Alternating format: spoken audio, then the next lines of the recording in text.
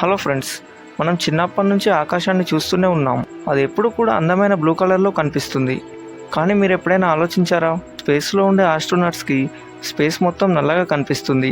మరి మన ఎర్త్ పై నుండి చూసినప్పుడు మాత్రం ఆకాశం అనేది బ్లూ కలర్లో ఎందుకు కనిపిస్తుంది? ఇంకా వేరే కలర్స్లో ఎందుకు కనిపించదు?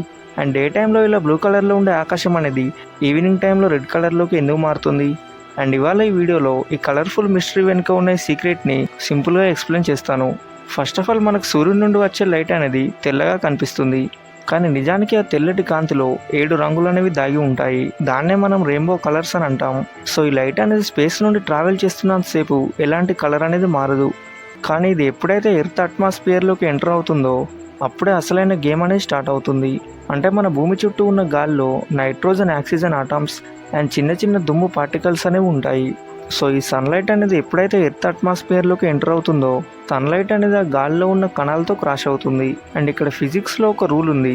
అదేంటంటే కాంతిలో ఉండే వేరువేరు కలర్స్కి డిఫరెంట్ వేవ్ లెంత్స్ అనేవి ఉంటాయి. మెయిన్గా రెడ్ అండ్ ఆరెంజ్ లాంటి కలర్స్కి లాంగ్ వేవ్ లెంత్ అనేది ఉంటుంది. అంటే వాటికి ఎలాంటి అడ్డంకులు వచ్చినా కానీ ఈ కలర్ లైటింగ్ అనేది స్ట్రైట్గా దూసుకెళ్తుంది. కానీ బ్లూ అండ్ వైలెట్ కలర్స్కి మాత్రం షార్ట్ వేవ్ లెంత్ అనేది ఉంటుంది.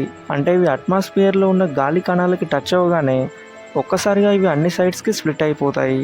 దీన్నే సైన్స్లో రేలీ స్కాటరింగ్ అంటారు. సో బ్లూ లైట్ అనేది ఇలా అట్మాస్ఫియర్ మొత్తం స్ప్లిట్ అవటం వల్లే మనం పైకి చూడగానే ఆకాశం మొత్తం బ్లూ కలర్లో కనిపిస్తుంది. అండ్ ఇక్కడ ఇంకొక డౌట్ ఏంటంటే, డే టైం మొత్తం ఇలా బ్లూ కలర్లో కనిపించే ఆకాశం అనేది ఈవినింగ్ టైంలో రెడ్ కలర్లోకి ఎందుకు మారుతుంది అని. అయితే ఇక్కడే అసలైన ట్విస్ట్ అనేది ఉంది. వాస్తవానికి సూర్యుడు ఎక్కడికి కదలడు. మన భూమి అనేది తన చుట్టూ తాను తిరగడం వల్ల ఈవినింగ్ అయ్యే టైంకి మనం ఉన్న ప్రాంతం అనేది సూర్యుడికి దూరంగా వెళ్తుంది. దీనివల్ల సన్లైట్ అనేది మన కంటికి చేరడానికి అట్మాస్ఫియర్లో ఎక్కువ దూరం ట్రావెల్ చేయాల్సి వస్తుంది. అండ్ అంత దూరం వచ్చేసరికి షార్ట్ వేవ్ లెంత్ ఉన్న బ్లూ కలర్ అనేది దారిలోనే కంప్లీట్గా స్ప్లిట్ అయిపోతుంది. కేవలం లాంగ్ వేవ్ లెంత్ ఉన్న రెడ్ అండ్ ఆరెంజ్ కలర్స్ మాత్రమే మన కంటిని చేరుకుంటాయి.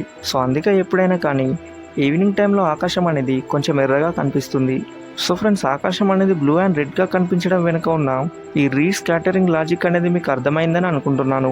మరి సైన్స్లో ఇంకా ఇలాంటి వింతలు మీకేమైనా తెలుసా? తెలిస్తే కింద కామెంట్ సెక్షన్లో షేర్ చేయండి.